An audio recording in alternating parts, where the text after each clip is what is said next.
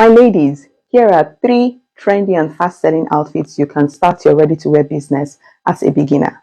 Now, before I list them, let me share 2 tips on the type of outfits you should focus on sewing to sell as a beginner. Type 1. Go for loose-fitting outfits or outfits with elastic. You can never go wrong with them.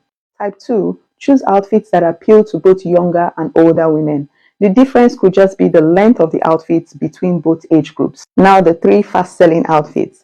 First is shift dresses. These come in different designs. Some have centerpiece designs, some have fringes.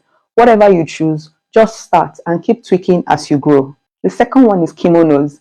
These now come in different chic ways. It could serve as a dress or just kimonos. They are now worn to both casual and serious events. Lastly, 2-piece sets, my favorites. These can be top and skirts, top and shorts, top and pants. They are always in season. And when you add elastic to them, it's a game changer. Now I can teach you how to sew these 2-piece sets, but more on that in another post. To improve your dressmaking and sewing skills this year, click the button below or my page name and follow me for more tips. Now, which of these outfits would you be starting with? Comment below and I'll see you in my next post. Don't forget to follow me.